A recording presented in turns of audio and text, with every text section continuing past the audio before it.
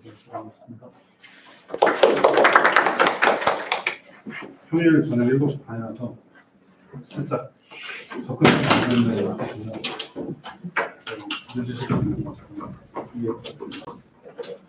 네, 스타크래프트 캠프 앞으로 간략하게 진행될지에 대해서 개요 먼저 설명드리도록 하겠습니다. 우선 저희 디스코드 채널이 있는데요. 이건 디스코드 채널 관련해서는 저희가 링크를 잠시 후에 공유드리도록 하겠습니다. 텔레그램 책상에 공유하면 오늘 이따가 이 세션이 끝나고 들어와 주시면 감사하겠고요. 디스코드 채널의 활용 목적은 이제 그 채널들을 나눠가지고 Q&A라든지 이런 어떤 그 피드백을 바로바로 주시면 저희가 그걸 수용도 충분히 할 수 있는 부분이고요. 이런 식으로 해서 디스코드 채널은 그런 식으로 운영할 예정이고 텔레그램은 이제 저희가 이제 공지 주로 하게 될 것 같습니다. 그래서 디스코드 관련 인바이트 링크는 제가 잠시 후에 텔레그램으로 보내드릴 테니까 오늘 들어가 주시면 감사하겠고요. 보셨을 거라고 예상은 되는데 저희 이제 커리큘럼은 이렇게 갈 것 같습니다. 첫 번째 이게 첫 번째 월요일 금요일이라고 보시면 되나요?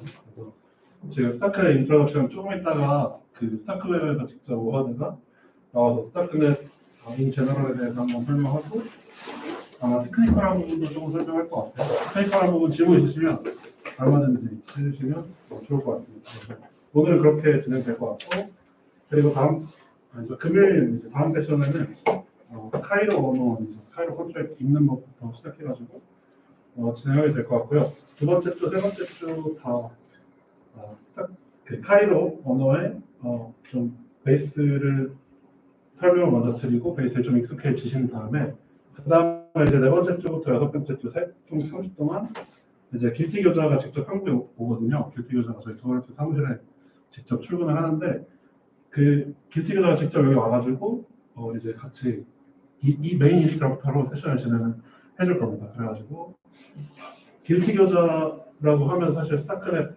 카이로 개발 쪽에서는 꽤 전문가니까 많이 어드밴스 할 수 있지 않을까 생각이 들고요. 그 다음에 마지막 저희 말미에 해커톤이 있습니다. 아직 프라이즈 그 볼륨은 정해지지는 않았는데요. 저희 마지막에 해커톤 진행할 예정이니까 추후 공지 있을 겁니다. 80분은 해커톤 진행할 예정이니까 해커톤에도 많이 참석해 주시면 참가해 주시면 감사하겠습니다. 마지막으로 리소스 제가 이제 앞으로 진행할 리소스들 이것도 다 저희 디스코드 톡방에 올려드릴 건데요. 아마 많은 분들이 확인하셨을 수도 있다고 생각되는데 스타크넷 에듀, 스타크넷 공식 이제 깃허브 래프고요.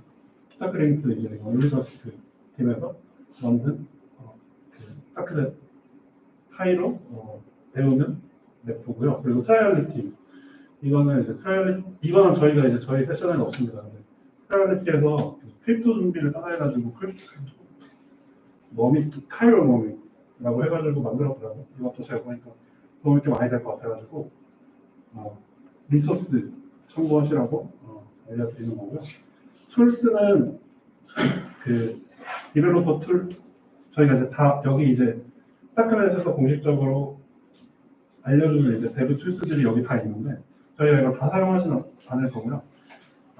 일부 사용할 거지만 들어가서 한번 확인해 보시고 유용한 툴들 많으니까 저희가 세션에서 프로그램에서 사용하지 않는 툴들도 확인해서 참고해서 사용하시면 좋을 것 같다는 생각이 들었습니다. 제가 45분부터 모하드랑 세션을 시작하기로 했거든요. 근데 9분이 남았거든요. 네, 혹시 앞으로 그 프로그램이나 이런 데에 대해서 질문 있으시면 질문해 주셔도 좋을 것 같습니다. 제가 이걸 말씀 안 드렸는데 죄송합니다. 이 커리큘럼, 각 커리큘럼의 마지막에 세 번째 주까지는 각 커리큘럼의 마지막에 오늘 제가 커리큘럼 마지막에 스타크넷에서 이제 좀 웰 노운 프로젝트들 프로젝트 팀들이 와가지고 본인들의 프로젝트를 소개하고 그 AMA 세션을 직접 할 거거든요. 지금 포함되어 있는 팀이 알젠트, 제다이 수학, 토폴로지 등등 여러 팀들이 있습니다. 그래서 네, 제가 그 일정은 아직 명확하게 나오진 않았고요. 팀들은 다 정해졌으니까 제가 팀 인포도 공유를 드릴 테니까 혹시 원래 팀도 있고 디파이 팀도 있고 뭐 게임 파이팅도 있고 그래요. 그래가지고 혹시 궁금하신 게 있으시면 그팀한테 스페시픽하게 궁금하신 게 있으셨다 하면 이제 그 팀 이제 AMA 세션이 열릴 예정이니까 그때 준비해서 질문 준비해서 질문해 주시면 많은 도움이 될 것 같습니다. 이렇게 말을 했는데도 8분이 남아서 혹시 뭐 궁금하신 거 없으신가요? 없으시군요. 와이파이 패스워드가 와이파이 패스워드 네 Z 4개, 0 4개입니다. 그 라이브러리 B1 파이트 잡으시면 되고요. 그리고 Z 4개, 0 4개 해주시면 될 것 같습니다. 네.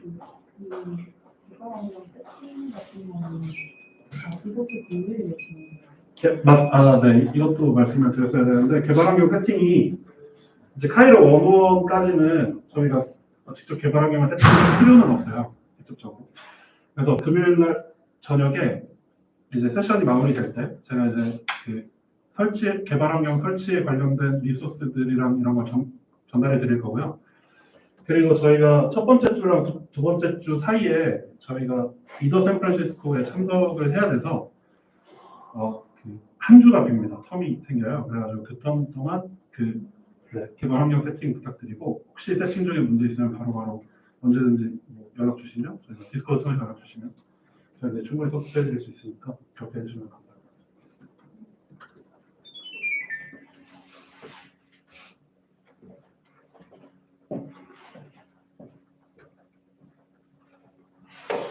그럼 저희 잠시만 5분 정도만 기다릴까요? 뭐 상담.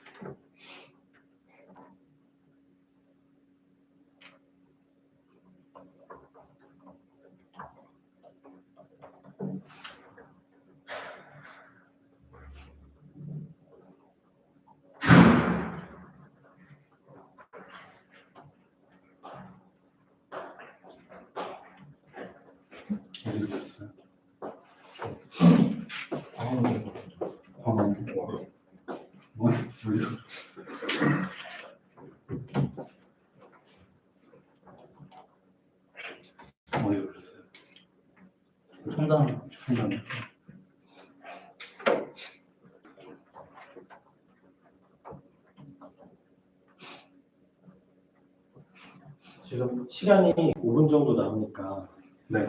제가 이걸 왜 기획했고 왜 이걸 진행하는지에 대한 조금 백그라운드 설명을 조금 해드릴게요.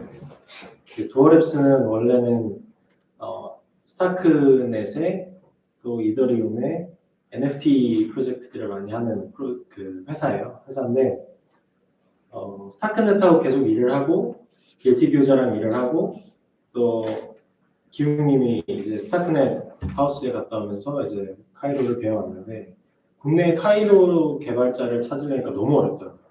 그래서 이거 찾는 것보다 우리가 소위 말해 조금이라도 더 아는 걸 쉐어하고 우리가 좀 이 커뮤니티를 키우는데 좀 이바지하면 그게 오히려 더 빠르겠다라는 생각이 들어가지고 워낙 아직 리소스가 별로 없잖아요. 지금 계속 리소스가 올라가고 있는 편이고 해서 이거를 기획을 하자라고 해서 만든 브랜드가 스타크 스페이스고요. 이거는 스타크웨어에서도 서포트를 계속 해주고 있고 그래서 저희가 8월 4일에 지난 8월 4일에 스타크넷 미덕 서울을 했었어요. 저희가 오거나이즈를 했었는데 그런 거에 이제 연장선으로 이런 것도 하고 내년 여름에는 이제 스타크넷 컨퍼런스까지도 저희가 지금 기획 중에 있습니다. 그래서 웬만한 스타크 관련된 거는 최대한 컨퍼런스가 됐든 미덕이 됐든 이런 디벨롭먼트 부트캠프가 됐든 최대한 이 스타크 스페이스라는 지붕 아래서 좀 하려고 하고 있어요. 그런 취지에서 이런 자리가 만들어졌으니까 그래서 저희가 돈을 받지 않고 최대한 무료로 부담 없이 좀 교육을 받으실 수 있게 최대한 노력을 하고 있습니다. 이런 백그라운드에서 이 차를 보내겠습니다.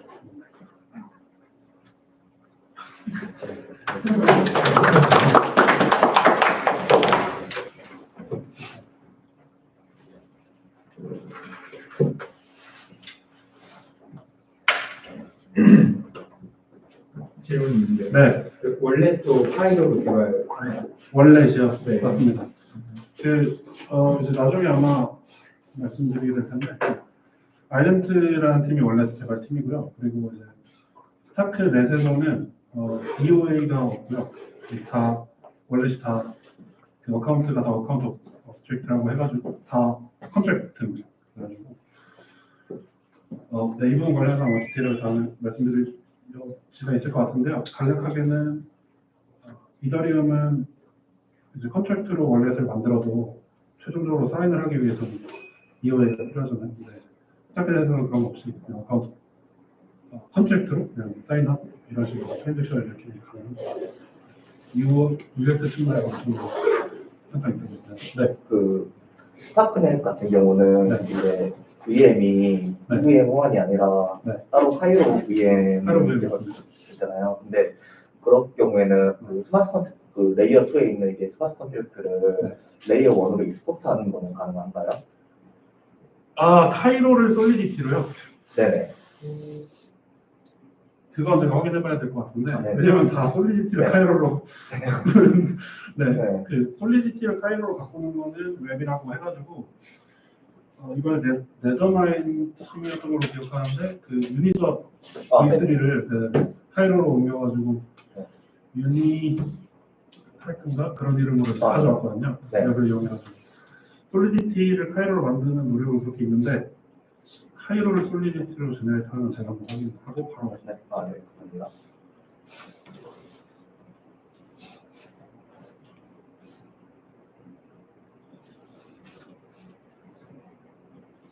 솔리디티를 카이로로 만든다고 하는 거는 비즈니스 로직을 그대로 하고 개발을 새로 하는 건가요? 아니면 트랜스파일러라는 거예요? 트랜스파일러로 정리했습니다.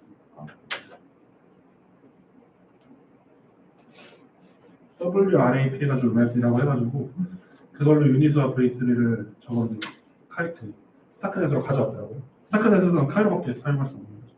카이로로 좀 변환을 한 거죠. 아직 개발 중이라 들었는데 작동을 잘 하는 건가요? 그 트랜스파일러. 개발 중이었습니다. 그리고 사실 저도 그 트랜스파일러에 대한 그 소식을 계속 팔로우 해보는 편은 아니었는데 이번에 스타크웨어 팀에서 네더마인이 랩으로 그 유니 수합을 그 스타크넷으로 가져온 걸 되게 사실 크게 홍보를 했거든요. 제가 그걸로 밀어보건데 아마 거의 완성된 수준에 가깝지 않나. 네, 왜냐면 홍보를 그렇게 크게 하고 있으니까. 그 전까지는 이제 웹으로 해도 스타크넷에서 다소 약간 좀 그런 게 있다. 이런 식으로 얘기를 했었어요. 항상 유니 수합을 가져왔습니다라고 하면서 홍보를 크게 하는 거 보니까. 이제 슬슬 아마 오마드가 그리고 그 가운데 있는 게 그 가운데 테이블의 가운데 있는 게 스피커면서 마이크입니다. 그래가지고 혹시 궁금한 게 있으시면 그걸로 그 마이크면서 스피커고 소리가 잘 들어가더라고요. 멀리 있어도. 그래서 잘 사용해 주시면 될 것 같습니다.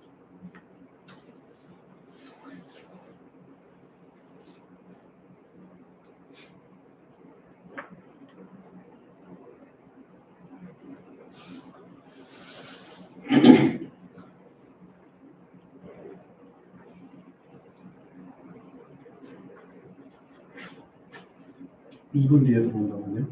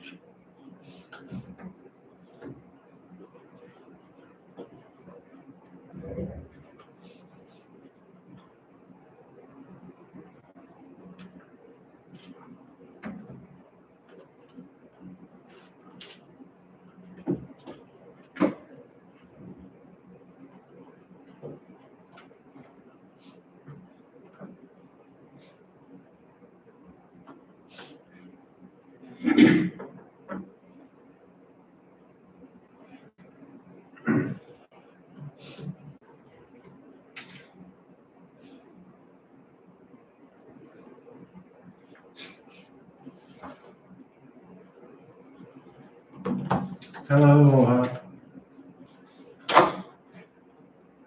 Oh, 1 second, sorry.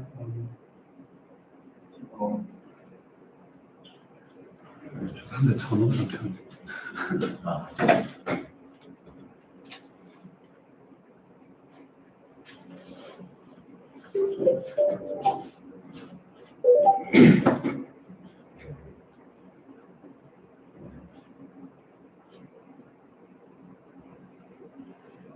Yeah, perfect. Sorry for delay. Yeah, we're very happy to have you here, and yeah, can you give us a quick brief about StartNet? Yeah, sure. So I brought some presentation like StartNet and Cairo and all the opportunities in like development on StartNet and Cairo. If you allow me screen share, Yep. I'll share it.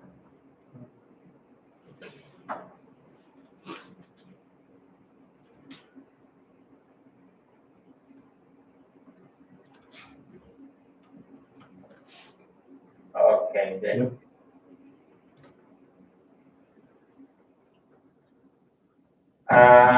So shall I start or waiting for something?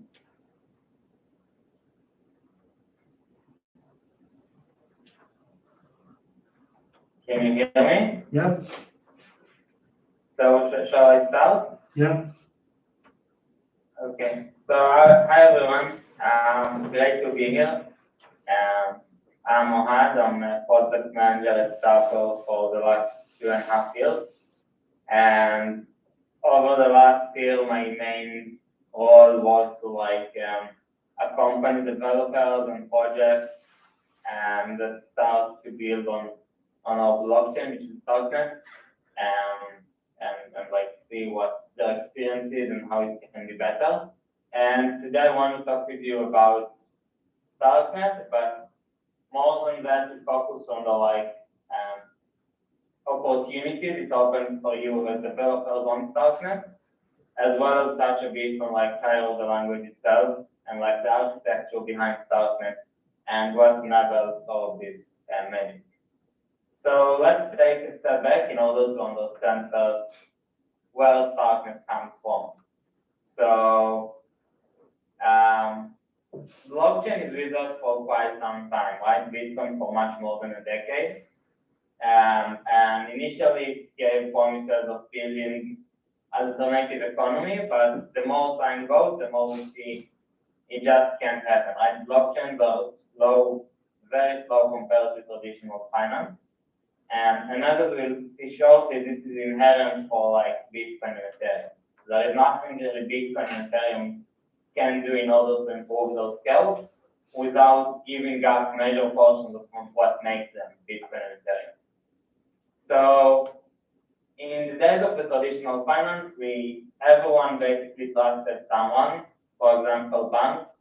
They transferred all the transactions to them, and then this centralized party could do many computations very fast, right? Everything is just on one computer, and it was no biggie to do all those computations.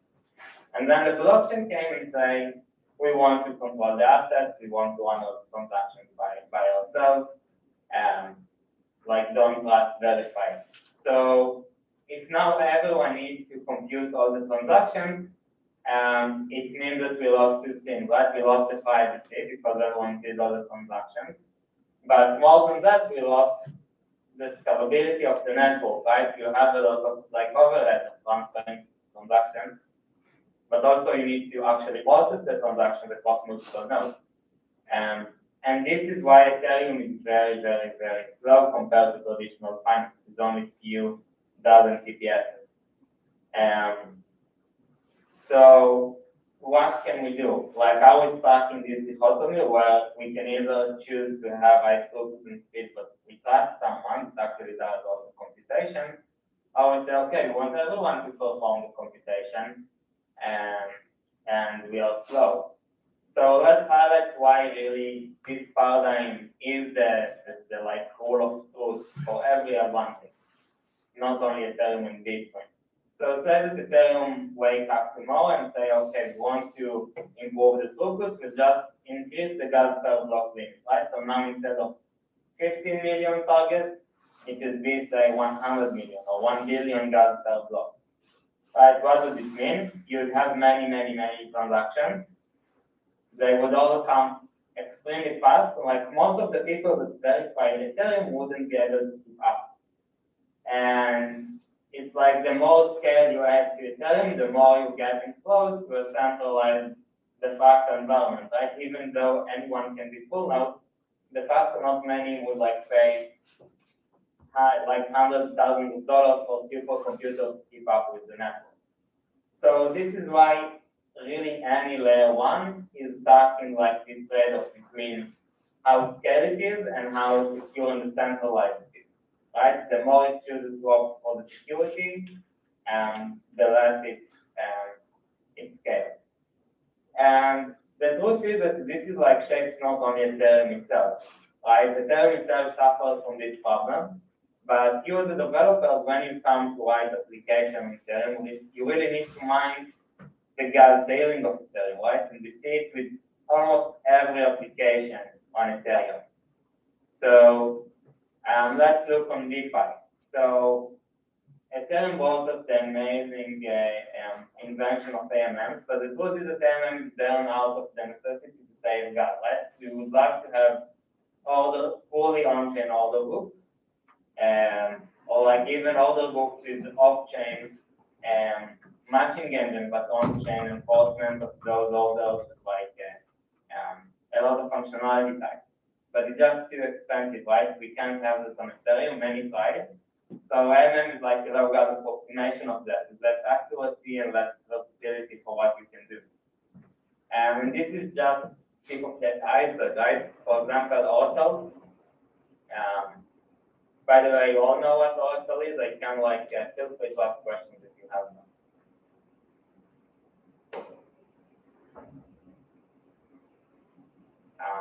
Yeah, I think. Yeah. So good. Okay. So if we now want to update prices on the blockchain through Oracle, then it's too expensive to do it frequently, right? Chainlink, for example, updates the Bitcoin price every hour, or when there is like a relatively noticeable change in the price. And this relatively noticeable means that applications on the Ethereum are like totally oblivious to anything in between, right? They need to take it into account that like the price might be a bit different than what they see, right? And that it might take time for a newer price to come.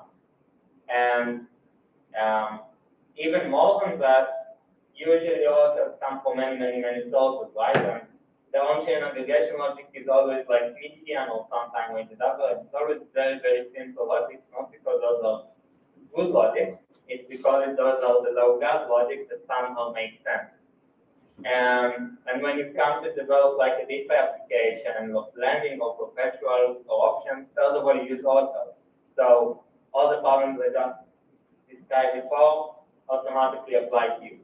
Secondly, many times you have a lot of features you'd like to have and that would make the system autonomous efficient, but aren't worth going like 3x or even 10x costlier transactions. So many times L1 applications just say, okay, let's build something simple that works, which is not necessarily the most novel idea out there. And this is not only just for DeFi, right? For example, games, they gave up on have any on-chain enforcement of the logic itself. They usually just create NFTs to like represent what you have, and it has like almost zero interaction with the game itself. So even if I have a very expensive NFT, someone can hack the server and suddenly I use the games unjustifiably, even though I have this NFT, right? Because the server is hacked. So this is like only 10%, I say, in the direction we really want to see Web3 games going. And also other use cases like voting. It's just too expensive for most DAOs. Like currently, most DAOs prefer to have off-chain voting. Because on-chain voting is expensive, right? And this is insane, right? DAOs is all around decentralization, but the fact that they use centralized solutions that can be hacked to say what the DAO agreed upon, and like what's the social consensus. So as we see, like the decentralization versus security and scale is something that really inflicts the life of any Web3 developer today. And we try to get around it in Starknet. So how do we do it? Obviously with forks. So what is exactly a fork? I'll start from like a very high level and then I get a bit into more technical details. But you have told me you are all technical, so it will be fine. Right. So, what? Right. Yeah. So we see forks in our day-to-day life, right? Whenever you go to the grocery store and get a receipt, this is like a fork of salt, but it requires four-night verification, right? You repeat the entire computation in order to verify that the claim is correct. And star forks, meaning like a zero-knowledge fork, but more than that, it's we can, instead of just compute, create a fork that would later allow one to verify the fork in only 2 steps. And those few steps can still attest to very, very large computation. The verification work is only log squared, roughly, with the amount of time it takes to execute the nice computation. So we talk about like dozens of thousands of transactions that can be boiled down to like one relatively heavy, but still one Ethereum transaction just verifies the whole thing. So the way we do it with Starknet and also with other solutions that we have is that we use this mechanism of forks, right? In order to solve the paradigm that we saw before, right? Because if we now have like the picture from before, right? Where you have many nodes, and you want all of them to get convinced that all the calculations and all the computations are correct.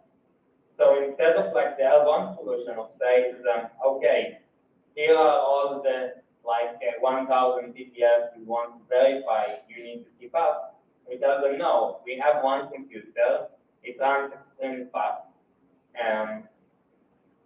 And then it generates fork. And to track the 1,000 TPS it calculates, and you only need to verify the fork, which is say comparable to an effort of running 1 TPS. So this can be without any problem deployed with Ethereum smart contract now, right? And now Ethereum, which is like this very secure but not so scaled environment, can verify that whatever going off-chain is correct, right? So you kind of gain both worlds, right? You have the scale and cost of centralized supercomputer, but with the trust assumptions of like fully decentralized Ethereum application. So we do it with Starknet. Starknet has several novel advantages, I'd say, over Ethereum. And specifically, it's written in the Cairo language. And if now, like just from a high level, let's discuss what can be done incredibly cheap with Starknet.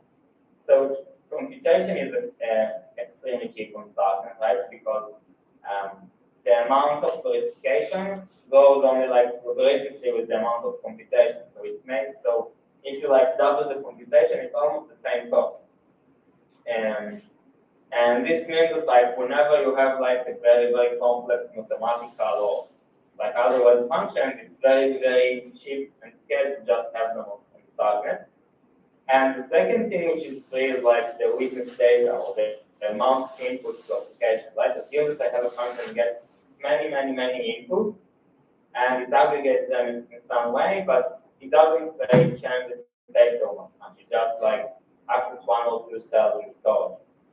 L1 doesn't care, right? L1 is oblivious to for how many inputs we use in order to run this computation.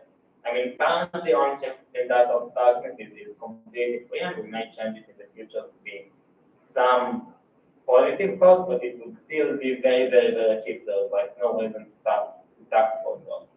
And now let's discuss a bit about like the experience, what is different in experience in developing Starknet self-development on Ethereum.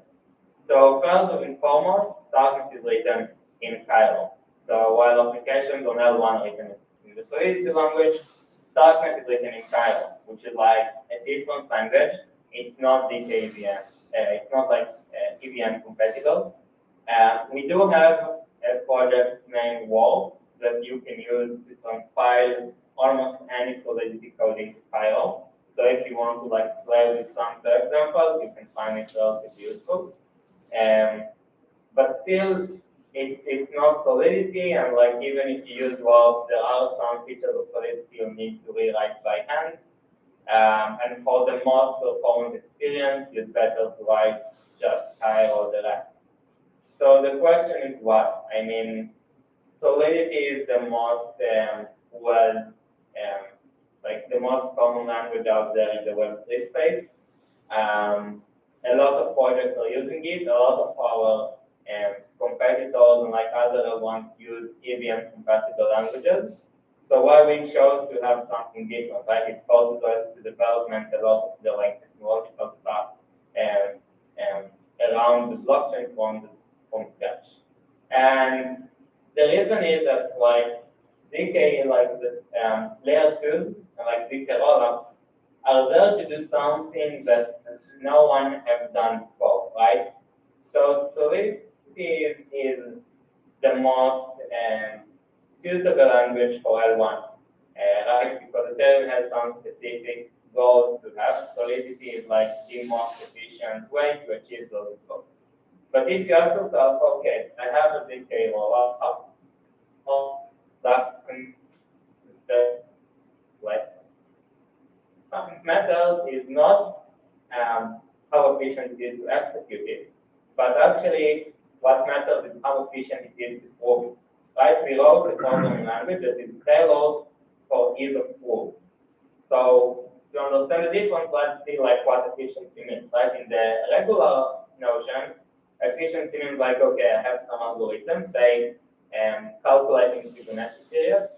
So then it translates to some output, right? And efficiency is like how many registers I access or how many memory cells I access times how costly it is or how much time it takes to change register or memory cell, right? This is like essentially how efficient the computation is. But when I ask how efficient it is to prove something, there is some inherent difference, right? Because say I have 20 registers and I have like an edge of code that changes one register. The other 19 registers aren't changed. So for like traditional language, what does it get? But if you want to prove this computation, we need to prove that those 19 registers are not changed, right? Because if someone changed some register behind the scene, it can later use it to trick us, right? Same for memory, right? I don't really care on how much time it takes to load or store something for memory, because every time I go to store, I need to prove like consistency, right? That what I load and what I store, or like what I store and what I later loaded are consistent. So this is like a whole new mindset for language, right? Because we want that the proof itself will be efficient, and not only that the execution will be efficient. And this is why we tailor the Cairo stack, technological stack, in order to be the most efficient proof with respect to what I said before. So first, we are working with like immutable memory model. It means that basically once variables are set, and like some memory, like the memory set is set, you can never change what's written. It's like it's enforced by the architecture. So this is why you don't pay a lot on like storing and loading from the same memory address. And with regarding register, what I talked before, so Cairo actually has only 2 registers and program counter. So this means that you don't have over those 19 registers in the background, but because there are not so many. It sounds like direct programming in like the Cairo assembly language has to abide those rules, which make it a pretty horrifying experience. But this is like a print screen from actually our bridges between layer 1 and Starknet. This is Cairo code. And as you can see, you have variables names, you have error messages, You have function calls, you have events that are emitted, right? So as the Cairo developer or starting developer with Cairo smart contracts, you can be totally oblivious with behind the scenes.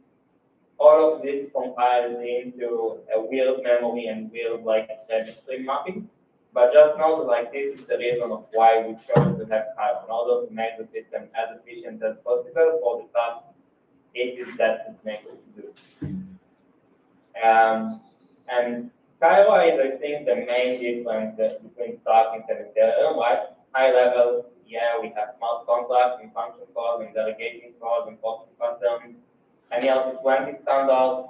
I mean, most of the experience is the same up to the language it's written in, but there are some additional differences because what we do when we develop Starknet is that we listen to the best and brightest ideas that we recognize in the Ethereum space, and we can leverage them often much faster than what the Ethereum space itself can leverage them, right? Because changing Ethereum takes time, and Starknet is just now starting, meaning it's easier to change it, and it's easier to learn from the experience that the Ethereum ecosystem has gained over the years for various optimizations.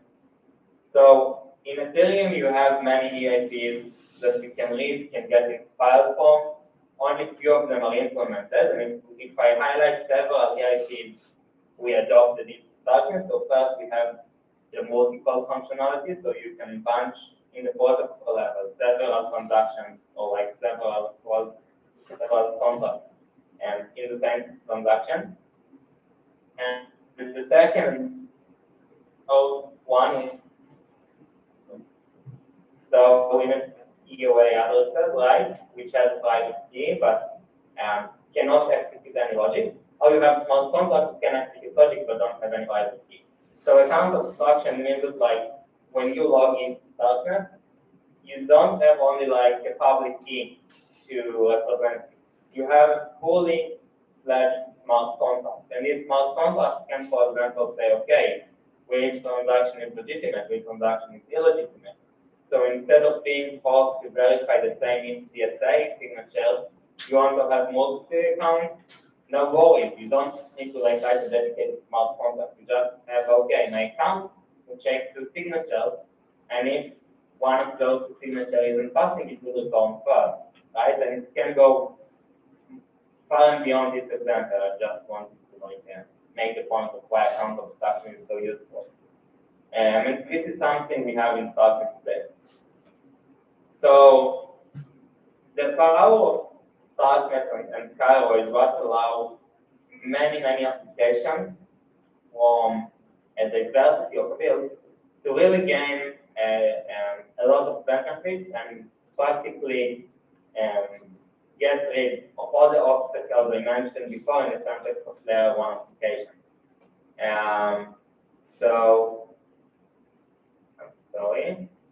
So let's see what applications are doing with all of this power, and those are real examples from the recent months. So first, if I look on the centralized finance, so we have ZK the lending protocol that can offer loans with much more efficient collateralization ratios, right? Because now you have much more frequent oracle prices, and you have also much cheaper liquidation processes. So you don't need to maintain 30–50% margin as most L1 applications require you to do, right? Because you can detect price shifts much faster. ZKX, which is a perpetual protocol with high frequency trading and also micro positions.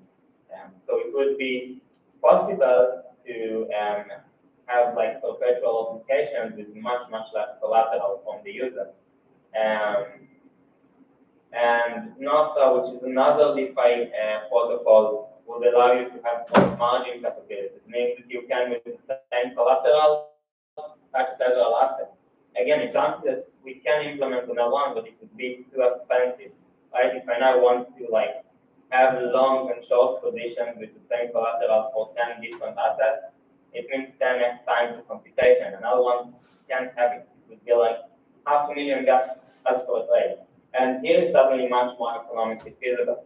And the list goes on and on. And just before going through all the other use cases, this slide is like startup ecosystem.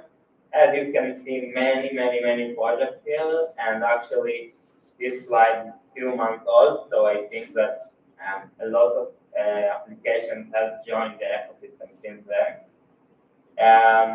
And if I get to other examples and games, for example, so we have the Mint, which is like a fully on-chain game, means that the logic itself is written as smart contract, and whenever you do a noticeable activity, for example, like a combat between players, it reflects some function call that enforces that the combat between players happens correctly.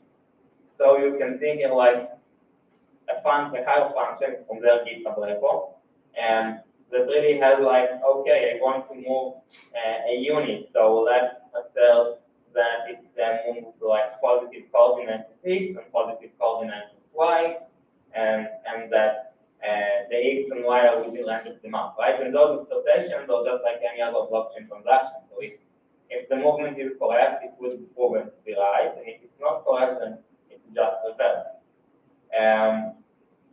And also for voting, right? We said before DAOs currently enforced to have like opt-in in voting, most of them, and if users choose to have on-chain voting, pay a hefty sum on their ideological righteousness to have everything enforced in L1.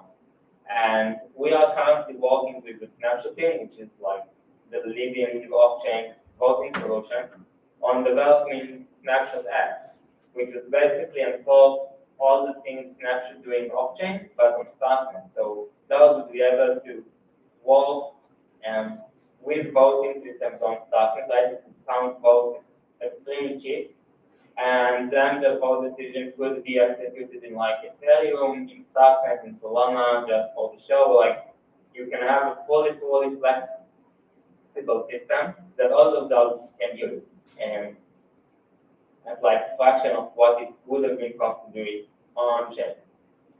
And I think that we see a lot of the people starting to recognize that Starknet have a lot of potential, and that like ZK rollups in general, right, have a lot of potential.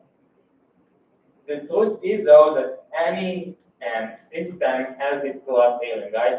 Even like ecosystems like Solana that are built for like being very fast with extreme amount of DPS, like whatever blockchain you use, if it's like the same blockchain, at some point it will get too crowded, right? At some point it will get congestion. This is like the evolution of the blockchain, right? It starts, many people see the potential, and then it's like become over congestion, and then people understand the limitations. So how can I tell you look starting from this amazing place without fear that of being like successful, right? That all of you would come to Starknet to be crowded, and then things would stop functioning nicely. And the good news is that ZK rollups can use like the magic of ZK rollups once again. Because once Starknet becomes too crowded, what can we do? ZK rollups allow for like out-of-the-box sharding, right? We can have a layer 3 environment, and this L3 environment would execute transactions, and the correctness of all of those transactions would be represented in like one transaction to the L2 star, right? So essentially, instead of just thousands of transactions on Starknet compiled to one transaction on Ethereum, you get 1,000 transactions of L3 compiled to one transaction of Starknet, right? So you get this exponential scaling, and the more and more like layers you build on top of your layer 2, and the trust assumptions are the same, right? So right now we are working on improving the public layer 2 Starknet, and we still have some challenges to solve and obstacles to overcome. It's still in alpha, and it's not the end of the road for us, but in the not very distant future, once Starknet stabilizes, we'll work on layer 3, right? And then far into the future, you can even think about like applications that have their own L3 shards, and then inside they define layer 4 shards and so on. So really, if you're willing to accept some sharding, right? But notice that here all the shards are working from the same security assumption, and bridging between them is like 100% trusted. So it's not like just having another sidechain where the bridging is like under not so clearly defined assumption. So we can really have this exponential scaling with many transactions, like infinite number of transactions. And this what would allow us to have a very flourishing ecosystem of startups in a way that I don't think any architecture other than ZK rollup can provide. So this is where we are in now. We started to develop Starknet 2 years ago, and it hit the mainnet almost 1 year ago. It has already bridges, and with relatively a lot of TVL, we already feel comfortable in letting in on mainnet. We actually bumped it up relatively sharply nowadays. Currently, we are focusing on improving the throughput and performance of Starknet. It already provides more than order of magnitude compared to Ethereum, but we can do much more, and our other dedicated scalability solution, which is Buckets, gives an extra order of magnitude reduction. So we can do better, and we're working on improving that. And actually, in the very beginning of next year, we'll introduce a new flavor of Cairo with many more capabilities and improved syntax. And later, we'll shift our working on decentralization, which is something we are already consulting with a lot of leading professors from the academia, like how to do. So this is the journey like of Starknet and all the different applications that are developing of it, and that many of them are launching these days on mainnet, and much more are living on testnet right now. And I'm just very excited to be here and like see what you would choose to create with this amazing environment when you can practically program anything you like and while still preserving the same trust assumptions. And if you have any ideas, if you have projects, feel very free to reach me. And I'm very enthusiastic to keep in touch with you all. Thank you.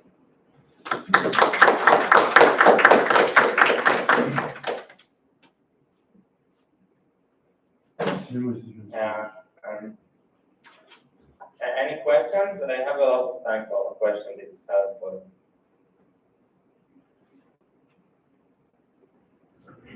Very well.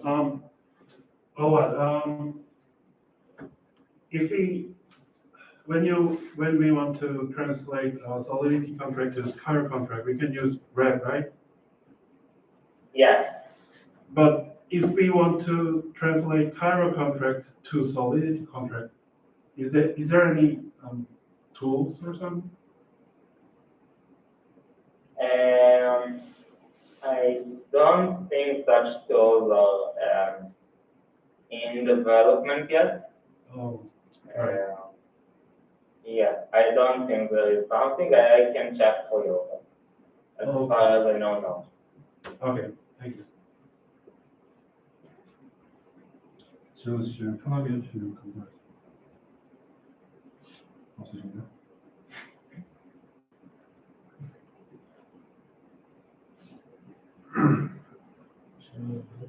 네. Anything else? Yep. Perfect. Rohan, Yeah. how do you think about the GKUB projects? Like the Polygon.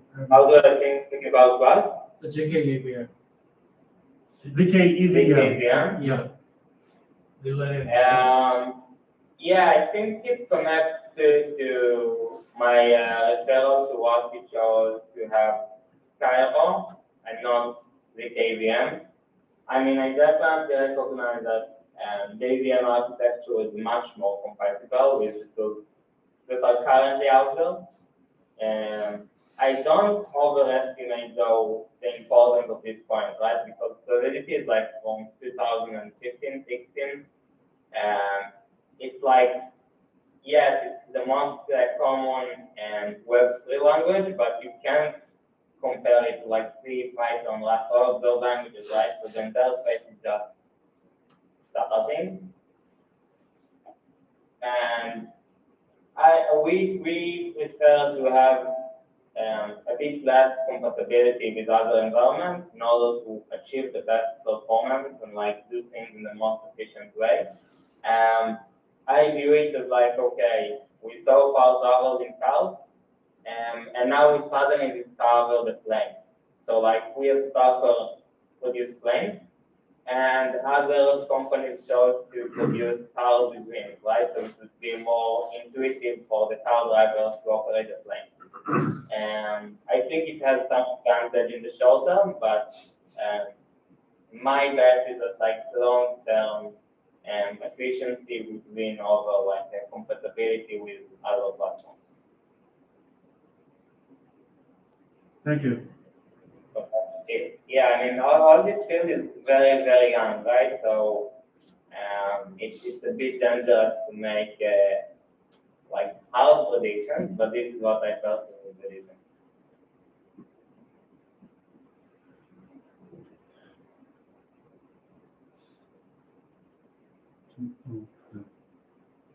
Okay.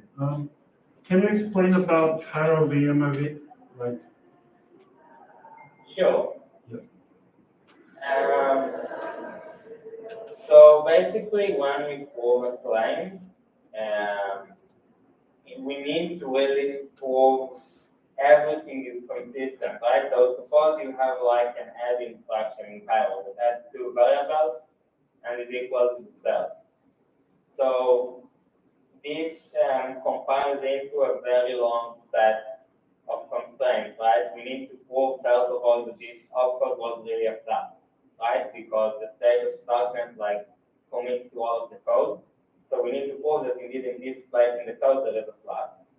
And then we need to prove the relation between the registers, right? And we need to prove that if we store the result in memory, then like, okay, so this is like this new, the value of this new cell and it couldn't change.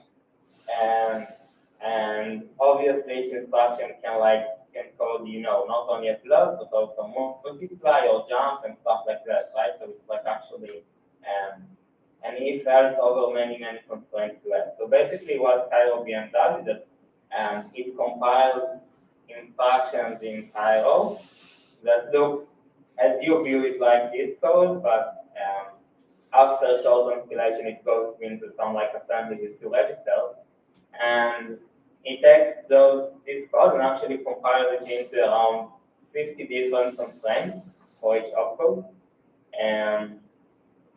And then it executes generates like the full trace of your program. So we like take the entire memory of the program, the entire values of all the registers at each point after each opcode is executed. And part of the program is also the code itself, right? So like which constraints should be checked. And this entire trace is the input to our start program, which is like the program that knows what to get the trace of like all the registers and all the constraints that should be checked, and like proves that it was actually correct.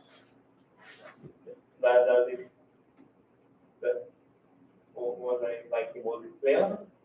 Yep, I think so. And okay, yeah, keep talking. Just But yeah, just heard almost code written in Solidity could be transpiled. Is there any condition to be transpiled or not to be transpiled well? I mean, there are some stuff in Solidity that just doesn't make sense on Stacknet due to the architecture. One easy example is like method.value, which essentially in Solidity means how much if is transferred, because if is like the native token of Ethereum. And Stacknet has no native token. So message.value in the semantics level means nothing, right? Like which token type is it, which ERC20 is. There are several such examples, but all of them are not widely used. Like if you take a common Solidity contract, it would just work without out of the box or like almost out of the box. You shouldn't like find yourself change a lot of things for the other editor application. As for what can be done well, so we have benchmarks for example, the Uniswap function from Uniswap v3. So after plugging into work, it gives 15 to 20x improvement compared to Solidity. But for example, like this 15 to 20x improvement is like for the average case. For the worst case, the saving is currently less than this factor. It's only around 5 to 10x, and we are currently working to understand work and improve its performance even for those edge cases and understand where they come from. So everything is like in motion, and we work on enhancing both structures and the tooling, but currently I expect to have with work, say, 10 to 20x improvement over L1, but that would also be, say, 50 to 100% more expensive than writing everything in Cairo. So it's like the fastest gain we can have, but not the most optimal balance. Right. As far as I know, Felt is 252 bits. Why is that? Well, yeah, so this goes a bit into the actual implementation of Cairo. I'll return to the here. So as you can see, you have a type called Felt, which is like the native type of Cairo. It stands for field element. And then we have also a type which is like not the native type, but it still supported these other functions on it, which is union 256, right? To have some compatibility with third logic.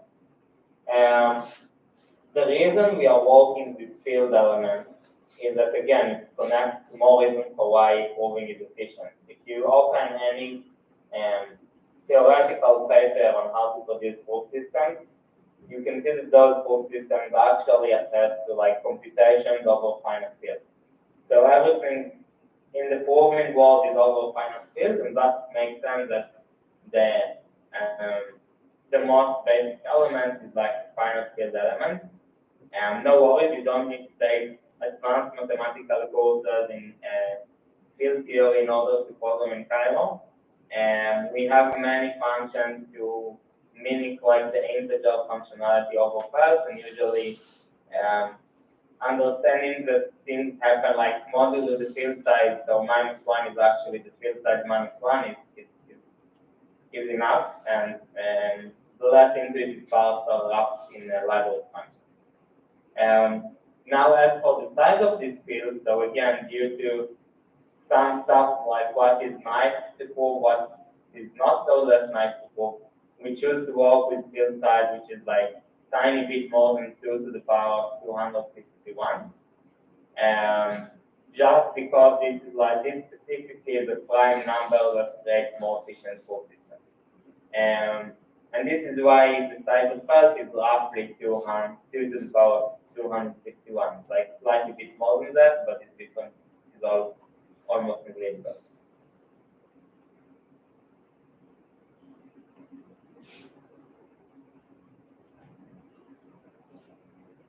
Right. 다른 질문 혹시 있으신가요?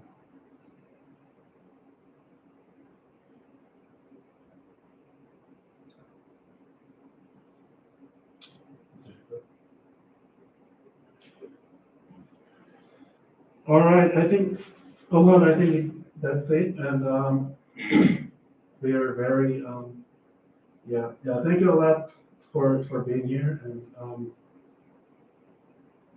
thank you for your fantastic presentation. Thank you. Thank you. Have a great time in this workshop, and whenever you feel it's helpful, feel free to approach me. I mean, we are here for you to help make your starting stage even better. Yep. Bye-bye, guys. Bye-bye.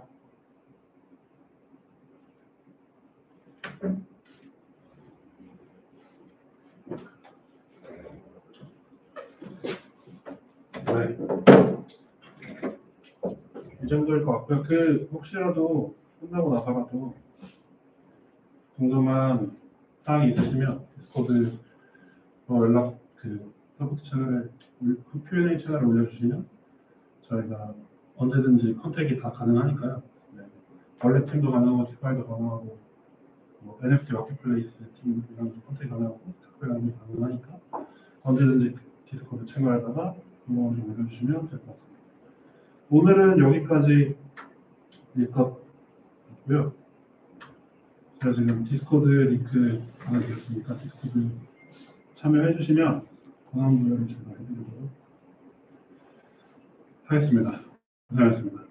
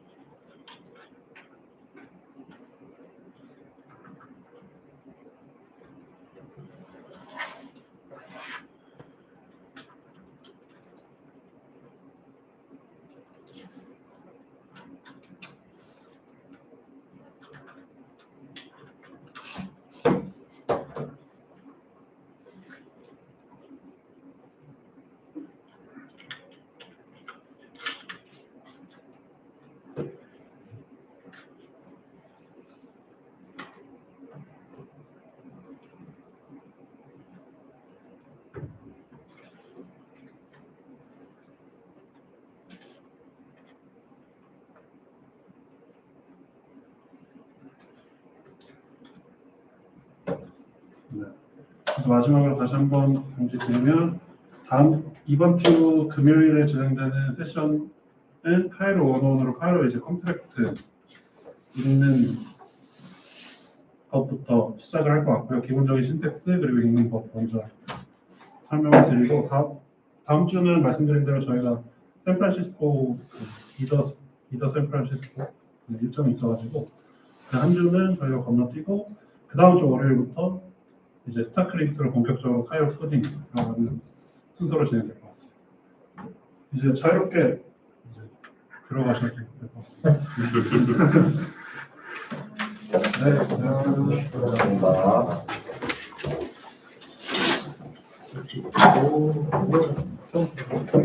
저희는 지금 이제 스타크랑 저희까지 스타크 생활하고 있거든요. 스타크 아직 알파 단계고 스케스가 너무 안 나와요. 스케스를 좀 맞춰주는데 실제 블록체인 타임이 너무 느려요. 그래서 스케스만 2분 정도 생각을 하고 메인넷은 2시간 정도.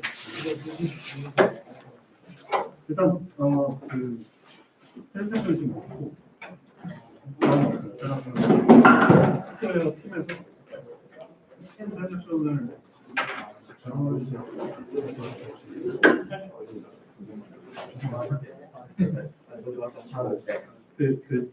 널리지를 생각하는 게 엄청 비싸요. 프로프를 생각하는 게 없어요. 센세션이 없잖아요. 그래가지고 지금은 센세션이 없으니까 그것을 공부하는 그리고 제가 그거 관련해서 알는데 직접 물어봤어요. 너무 느리다. 스테이션 타이밍을. 그러니까 느리가 갑자기 프로버 코드 실행되는 속도가 느린 게 있는데 그걸 러스트로 대체하는 프로젝트를 아르헨티나 어느 팀에서 이미 했고 엄청 빠르대요. 그거를 저번 리더서 때 저희 이제 도어레스 리더가 와가지고 얘네가 설명했는데 그건 엄청 빠른데 아직 임플리멘트 안 하는 상태고 이제 그걸 임플리멘트 하면 훨씬 빨라질 수 있다라고까지 생각해요.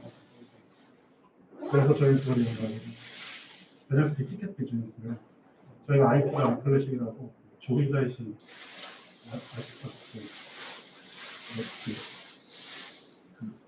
한국어 읽는 사람이 대표님, 대표님 조리사이시가 뭐였죠? 네? 조리사이시가 뭐였죠? 저희가 갖고 있는 아이디가 뭐죠? 저희 프로젝트 한 번만 설명하고 가셨는데 제 프로젝트요? 네. NFT 티켓 프로젝트를 말씀드렸는데 조리사이시 아이디 네. 히사이시조라는 네. 지브리 영화 음악에 네, 들어가는 모든 음악 저희가 지금 위에 있는 라이브러리 컴퍼니라는 곳에서 지금 라이센싱 계약해가지고 거의 매주 예술의 전당이나 롯데 콘서트홀이나 전국 투어 하면서 지금 하고 있는데 그런 것들을 지금 하나둘씩 티켓 NFT화 하고 있고요. 그리고 인터파크에 다른 모델이라고 보시면 되고 또 다른 거는 이번에 브로드웨이 공동 투자 들어가셨는데 실제 브로드웨이에서 저희가 실제 NFT 티켓도 이런 브로드웨이 프로젝트들이랑은 아마 최초로 진행하지 않을까 싶어요. 제가 이제 티켓 비즈니스를 네. 할 때 저희가 이번에 이더 글로벌 그쪽 가서 스타크넷 샌프란시스코에서도 발표를 하는데 그것도 그런 내용으로 네. 현재 그 프로젝트들이 분명 스타크넷 연구진에서 진행되는 건가요? 스타크넷으로 저희가 진행을 하려고 했는데 네. 스타크넷이 별로 컨퍼메이션 타임이 너무 늦어요. 아, 네. 그래가지고 스타크X로 네. 일을 지금 하고 스타크넷이랑 일을 하고 있어요. 그 전까지는 저희 타겟 유저 자체들이 일단 국내였어가지고 그라운드엑스랑 많이 협업을 했었고요. 그래서 어쩔 수 없이 클립으로 했었는데 지금은 클립에서 저희가 스타크로 넘어가려고 하고 있어요. 그래서 저기서 서브도 많이 해주시고 네. 그렇습니다.